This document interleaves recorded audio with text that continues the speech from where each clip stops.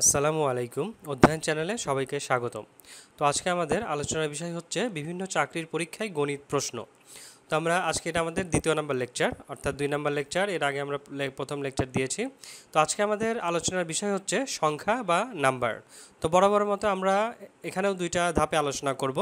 তো প্রথমে থাকবে আমাদের কিছু প্রাথমিক ধারণা সংখ্যা বা নাম্বার সম্পর্কে, এবং সেই বিষয়ের উপরে আমরা এটা নিয়ে যে বিভিন্ন পরীক্ষায় চাকরির পরীক্ষায় কী কী প্রশ্ন এখান থেকে এসেছিল সেই প্রশ্নগুলো আমরা একটু পর্যালোচনা করব। তো শুরু করা যাক কথা না বলে।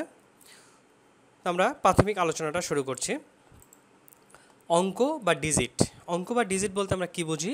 হিসাব নিকাশ ও গণনার কাজে যে সকল প্রতীক বা চিহ্ন ব্যবহৃত হয় তাকে অঙ্ক বলে। গণিতে মোট 10টি অঙ্ক রয়েছে, যথা 0, 1, 2, 3, 4, 5, 6, 7, 8 এবং 9। আমি আবার বলছি, অঙ্ক বা ডিজিট হিসাব নিকাশ ও গণনার কাজে যে সকল প্রতীক বা চিহ্ন ব্যবহৃত হয় তাকে অঙ্ক বলে। গণিতে মোট 10টি অঙ্ক রয়েছে, যথা 0, 1, 2, 3, 4, 5, 6, 7, 8 এবং 9। এরপর হচ্ছে সার্থক অঙ্ক বা সিগনিফিক্যান্ট ডিজিট। সার্থক অঙ্ক বা সিগনিফিক্যান্ট ডিজিট হচ্ছে 1, 2, 3, 4, 5, 6, 7 এবং 9। এই 9টি হচ্ছে সার্থক অঙ্ক বা সিগনিফিক্যান্ট ডিজিট বলা হয়। আরেকটা আছে সংখ্যার সংখ্যার অভাব জ্ঞাপক অঙ্ক বা সিগনিফাইং দ্য এমটি প্লেস। সংখ্যার অভাব জ্ঞাপক অঙ্ক বা সিগনিফাইং দ্য এমটি প্লেস, এটা হচ্ছে 0। আচ্ছা, এরপরে আছে সংখ্যা বা নাম্বার। এক বা একাধিক অঙ্ক মিলে সংখ্যা তৈরি হয়। সোজা কথা, এক বা একাধিক অঙ্ক মিলে সংখ্যা তৈরি হয়। আমরা যখন 1, 2 এগুলো আলাদা আলাদাভাবে ব্যবহার করব, তখন এগুলো হচ্ছে এক একটি অঙ্ক। কিন্তু এই অঙ্কগুলো যখন আমরা কোথাও ব্যবহার করব, তখনই সেটা হয়ে যাবে হচ্ছে সংখ্যা। তাহলে সংখ্যা বলতে আমরা কী বুঝি? এক বা একাধিক অঙ্ক মিলে সংখ্যা তৈরি হয়। এরপর হচ্ছে স্বকীয় মান, ইন্ট্রিনজিক ভ্যালু। স্বকীয় মান বা ইন্ট্রিনজিক ভ্যালু কোনো সংখ্যায় ব্যবহৃত অঙ্কগুলোর মান তার অবস্থানের উপর নির্ভর করে। কোনো সার্থক অঙ্ক আলাদাভাবে লিখলে যে সংখ্যা প্রকাশ করে তা অঙ্কের স্বকীয় মান। আর স্থানীয় মান বা প্লেস ভ্যালু, এটা হচ্ছে কয়েকটি অঙ্ক পাশাপাশি লিখলে কোনো সার্থক অঙ্ক তার অবস্থানের জন্য যে সংখ্যা প্রকাশ করে তাকে ওই অঙ্কের স্থানীয় মান বলে। এখন আমরা একটি উদাহরণ দিলে পরিষ্কার হবে। যেমন 6666 সংখ্যায় যে 3টি 6 ব্যবহৃত হয়েছে, এই 3টি 6-এরই স্বকীয় মান হচ্ছে 6, অর্থাৎ এদের আলাদা আলাদাভাবে প্রত্যেকের মান হচ্ছে 6, কিন্তু সর্বডানে এই যে ডানের যে 6 এর স্থানীয় মান হচ্ছে 6। ডান দিক থেকে দ্বিতীয় ও তৃতীয় স্থানে যে 6-এর স্থানীয় মান আছে সেটা হচ্ছে যথাক্রমে 60 এবং 600। অর্থাৎ এই যে এই 6-এর মান হচ্ছে 60 এবং এই 6-এর মান হচ্ছে 600। আমি একটু ভেঙে লিখলে বুঝতে পারবো। 6666 এটাকে যদি ভাঙি, তাহলে আমাদের এই যে সর্ববামে যে 6টা আছে এটাকে আমাদের 100 দ্বারা গুণ করতে হবে, অর্থাৎ স্থানীয় মান হচ্ছে এটার 100। তারপরের এটার স্থানীয় মান হচ্ছে 10, অর্থাৎ 10 গুণন 6, এবং এটার স্থানীয় মান হচ্ছে 1, অর্থাৎ 6 গুণন 1। তাহলে এটা আমাদের 600 যোগ 60 যোগ 6, অর্থাৎ 6666। একই অঙ্কের স্থান পরিবর্তনের ফলে স্থানীয় মানের পরিবর্তন হয়, কিন্তু স্বকীয় মান একই থাকে। অর্থাৎ এই 6টা যখন আমরা এখানে বা এখানে নেব, তখন এর স্থানীয় মানের পরিবর্তন হবে, কিন্তু স্বকীয় মানের কোনো পরিবর্তন হবে না। আচ্ছা, এরপর আছে দেশীয় রীতিতে ঘরগুলোর মান। দেখো, পাশাপাশি লিখিত অঙ্কগুলোর দ্বারা গঠিত সংখ্যার ডান দিক থেকে প্রথম, দ্বিতীয়, তৃতীয়, চতুর্থ, পঞ্চম, ষষ্ঠ, সপ্তম, অষ্টম স্থানকে যথাক্রমে একক বা ইউনিটস, দশক বা টেন্স, শতক বা হান্ড্রেডস, হাজার বা থাউজেন্ডস, অযুত, লক্ষ, নিযুত এবং কোটি বা ক্রোড় হিসাবে প্রকাশ করা হয়। দেখো, 5627 সংখ্যায় এখন আমাদের যদি এখানে স্থানীয় মান আমরা লিখি, দেখো এককের স্থানীয় অঙ্ক হচ্ছে ইউনিট ডিজিট হচ্ছে কত? 7। তারপরে দশক স্থানীয় অঙ্ক হচ্ছে বা টেন্স ডিজিট হচ্ছে আমাদের 2। তারপরে শতক স্থানীয় অঙ্ক বা হান্ড্রেড ডিজিট হচ্ছে 6, এবং হাজার স্থানীয় অঙ্ক অর্থাৎ থাউজেন্ডস ডিজিট হচ্ছে আমাদের 5। এরপর হচ্ছে ইন্টিজার। ইন্টিজার হচ্ছে পূর্ণ সংখ্যাকে ইন্টিজার বলে। এর ধনাত্মক বা ঋণাত্মক হতে পারে, কিন্তু ভগ্নাংশ বা দশমিক সংখ্যা হবে না। উল্লেখ্য, 0 একটি ইন্টিজার নাম্বার। তাহলে ইন্টিজার হচ্ছে একটা পূর্ণ সংখ্যা, এর ধনাত্মক বা ঋণাত্মক হতে পারে, কিন্তু ভগ্নাংশ বা দশমিক হবে না। অর্থাৎ দশমিক এবং ভগ্নাংশ ছাড়া যে কোনো সংখ্যাই হচ্ছে পূর্ণ সংখ্যা, এবং শূন্যটাও একটি হচ্ছে পূর্ণ সংখ্যা বা ইন্টিজার। আচ্ছা, এখন আমরা এই বিভিন্ন পরীক্ষায় যে চাকরির পরীক্ষায় যে প্রশ্নগুলো এসেছিল সংখ্যা বিষয়ে, সেই প্রশ্নগুলো আমরা একটু দেখে নিই। দেখো, শূন্য সংখ্যার আদি ধারণা কাদের? শূন্য সংখ্যার আদি ধারণা কাদের? এই প্রশ্নটা ঢাকা বিশ্ববিদ্যালয়ে ভর্তি পরীক্ষা খ ইউনিটে 11-12 অর্থাৎ 2011 এবং 2012 সালের পরীক্ষায় এসেছিল। মহাহিসাব নিরীক্ষক ও নিয়ন্ত্রকের অধীনে অধীক্ষক, এই পরীক্ষায় 98 সালে এই প্রশ্নটা এসেছিল। তো এখানে প্রশ্নটা হচ্ছে শূন্য সংখ্যার আদি ধারণা কাদের? 1 নম্বর হচ্ছে, ক নম্বর হচ্ছে গ্রিক, খ নম্বর হচ্ছে আরব, গ নম্বর হচ্ছে ভারতীয় এবং ঘ নম্বর হচ্ছে চীন। তো এটার উত্তর হচ্ছে আমাদের গ নম্বর হবে ভারতীয়। এরপরের প্রশ্নটা হচ্ছে নিম্নের সবচেয়ে ছোট সংখ্যা কোনটি? এই প্রশ্নটা রাষ্ট্রায়ত্ত ব্যাংক সিনিয়র অফিসার 2000 সালে এসেছিল। তো দেখা গেল সবচেয়ে ছোট সংখ্যা আমরা দেখি, সবচেয়ে ছোট সংখ্যা হবে আমাদের এই যে 03, অর্থাৎ উত্তর এখানে খ 03, এটাই হচ্ছে সবচেয়ে ছোট সংখ্যা এখানকার। এরপরের প্রশ্নটা হচ্ছে 209,014 এবং 93,709 এর অন্তর্গত, অর্থাৎ 209,014 এবং 93,700 এর বিয়োগফল কত? এটা বিবিএ 92-93 অর্থাৎ 1992-93 সেশন পরীক্ষায় এসেছিল, ভর্তি পরীক্ষা এসেছিল। তো দেখো এখানে আমাদের একটু বুঝতে হবে 209,014 এটা যদি আমরা লিখি, দেখো এই যে 209,014 অর্থাৎ 2,09,014 এবং পরে 93,709 অর্থাৎ 93,709, অর্থাৎ এটা এখন বিয়োগফল আমাদের করলে আমাদের বিয়োগ আসবে, উত্তর আসবে হচ্ছে আমাদের 1,15,315, অর্থাৎ খ নাম্বার 1,15,315। এরপরের প্রশ্নটা হচ্ছে 0, 1, 2 এবং 3 দ্বারা গঠিত 4 অঙ্কের বৃহত্তম এবং ক্ষুদ্রতম সংখ্যার বিয়োগফল কত? এখন দেখো আমরা একটু সমাধান করি এটার। বৃহত্তম সংখ্যা এখানে 0, 1, 2, 3, এটা বৃহত্তম সংখ্যা হবে, এই 4টি অঙ্ক দ্বারা গঠিত বৃহত্তম সংখ্যা হবে 3,210 এবং ক্ষুদ্রতম সংখ্যা হবে 1, 0, 2, 3, 1, 0, 2, 3। এখন এটার বিয়োগফল যদি আমরা করি তাহলে 3,210 থেকে 1,023 বিয়োগ করলে আমাদের আসে 2,187, অর্থাৎ উত্তর হচ্ছে আমাদের ঘ 2,187। এরপরের প্রশ্নটা হচ্ছে আমাদের 0, 1, 4, 6, 9 এই সংখ্যাগুলো এক বা একাধিকবার ব্যবহার করে 5 অঙ্কের ক্ষুদ্রতম সংখ্যা কত?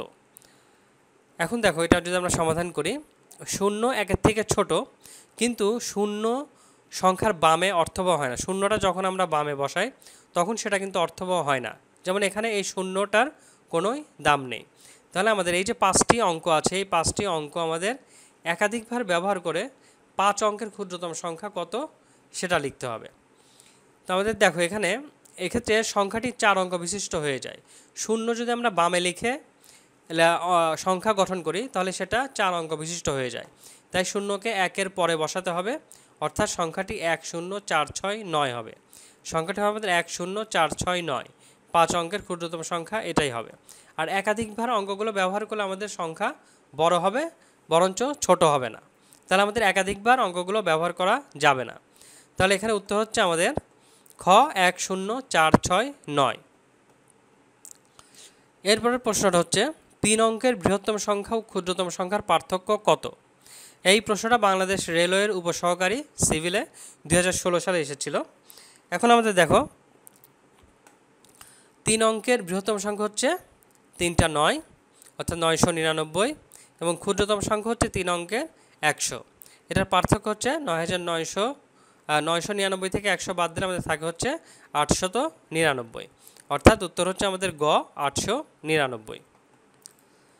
এরপর প্রশ্ন হচ্ছে 6 অঙ্কের বৃহত্তম সংখ্যা ক্ষুদ্রতম সংখ্যার পার্থক্য কত? এটা রাষ্ট্রায়ত্ত ব্যাংক সিনিয়র অফিসার 2008 সালে এসেছিল। তো আমরা একই নিয়মে বৃহত্তম সংখ্যা 6 অঙ্কের 6টা 9 এবং ক্ষুদ্রতম সংখ্যা হচ্ছে 1-এর পরে 5টা 0।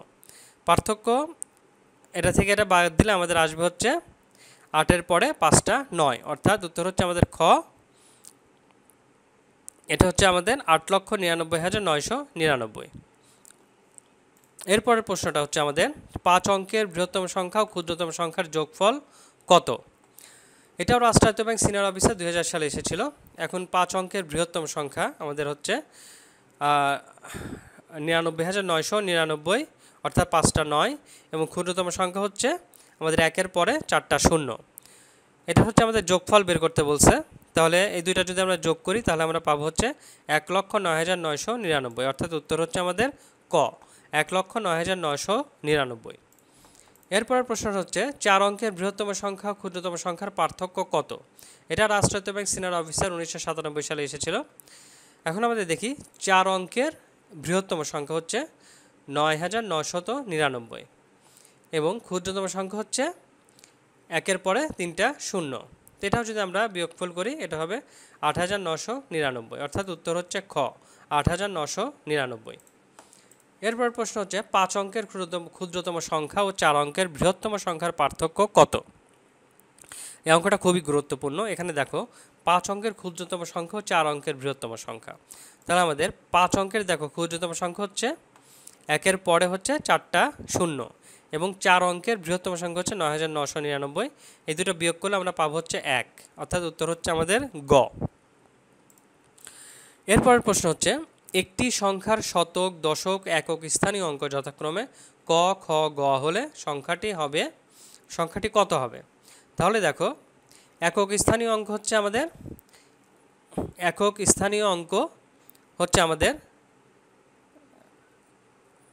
গ, আর খ হচ্ছে আমাদের দশক স্থানীয় অঙ্ক এবং ক হচ্ছে আমাদের শতক স্থানীয় অঙ্ক। তাহলে উত্তর হবে আমাদের দেখো খ অর্থাৎ 100 ক হচ্ছে আমাদের শতক স্থানীয়, তাহলে 100 ক যোগ খ হচ্ছে দশক স্থানীয়, 10 খ যোগ গ হচ্ছে আমাদের একক স্থানীয়। তাহলে উত্তরটা হবে যে আমাদের 100 ক যোগ 10 খ যোগ গ অর্থাৎ খ।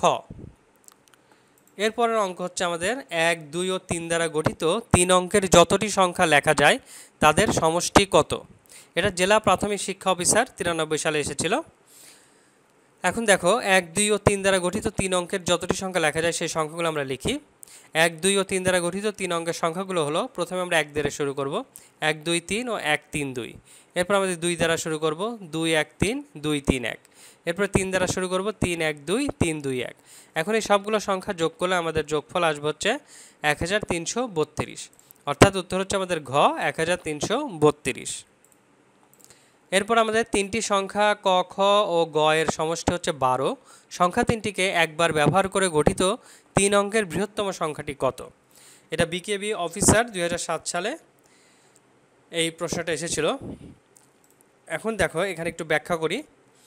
1092 এবং 1290 4 অঙ্কের সংখ্যা। তাহলে এই দুইটা সংখ্যা আমরা প্রথমেই বাদ দিতে পারি। আমাদের যেহেতু গঠন করতে বলছে 3 অঙ্কের বৃহত্তম সংখ্যা, তাহলে এটা যেহেতু 4 অঙ্কের এটা আমরা আগেই বাদ দিব। এখন দেখো 912, 921, 930 এই তিনটারই যোগফল হচ্ছে আমাদের 12। এই যে 9, 2, 11, 1, 12, 9, 2, 11, 1, 12, 9, 3, 12। কিন্তু এদের মধ্যে বৃহত্তম সংখ্যা হচ্ছে কত? 930। সুতরাং আমাদের উত্তর হবে হচ্ছে 930 অর্থাৎ গ 930। তো এই গেল হচ্ছে আমাদের আজকের বিভিন্ন পরীক্ষায় চাকরির প্রশ্ন সম্পর্কে প্রাথমিক আলোচনা, অর্থাৎ সংখ্যা বিষয় এবং সংখ্যার উপরে যে প্রশ্নগুলো এসেছিল বিগত বছরগুলোতে বিভিন্ন চাকরির পরীক্ষায়, সেই প্রশ্নগুলো নিয়ে একটু পর্যালোচনা করলাম। আশা করি ভিডিওটি আপনাদের ভালো লেগেছে। ভালো লাগলে একটি কমেন্ট করে জানাবেন এবং ভিডিওটি একটি লাইক করে দেবেন। আর আমাদের চ্যানেলটি সাবস্ক্রাইব করে আমাদের সাথেই থাকবেন। আর এটার যদি পিডিএফ ফরম্যাট আপনারা নিতে চান এই লেকচারটির, তাহলে ডিসক্রিপশনে লিঙ্ক দেওয়া থাকবে, আপনারা সেখান থেকে ডাউনলোড করে নিতে পারবেন। তো আজ এখানেই শেষ করছি। আল্লাহ হাফেজ।